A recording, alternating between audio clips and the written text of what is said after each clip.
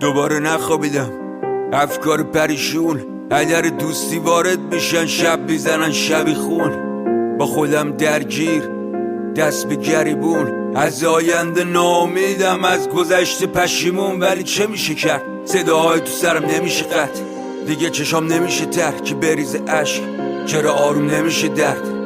بدنم یخ زده، دستام نمیشه لمس، انگار چیزی که میخوام جلومه ولی بهش دست نمیشه زد.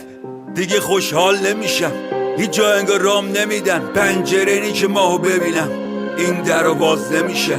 میخوام از درد داد بزنم، زمین و گاز بگیرم، شاید امشب میمیرم و فردا از نو زاده میشم.